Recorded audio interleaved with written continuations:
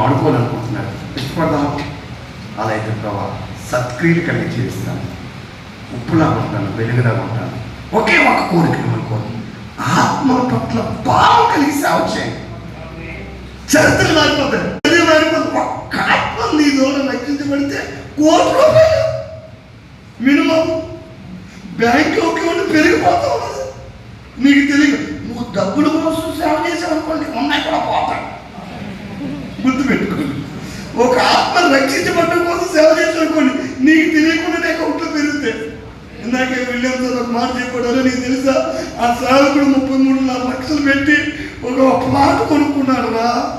ఆడురా సేవ చేస్తే ప్లాట్ కొనుక్కున్నాడు అనుకున్నాడు.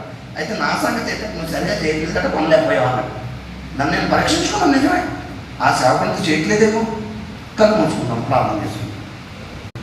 చేదు చీకట్లో ఉన్న నశించిపోతున్న ఆ వ్యక్తులకి సువార్త ప్రకటించడం, అది కూడా భారం కలిగి సువార్త. కళ్ళు మూసుకుంటాం. కొంతమంది పాత్రలు కళ్ళు మూసుకుంటాడు అన్నాడు, దేవుడు వాడుకుంటాడు. పౌలు కూడా అంతే, బ్రతికితే నీకోసమే బతుకుతాను ప్రభు అన్నాడు, దేవుడు వాడుకున్నాడు. కళ్ళు మూసుకున్నాం, చిన్న ప్రార్థన చేసుకున్నాం.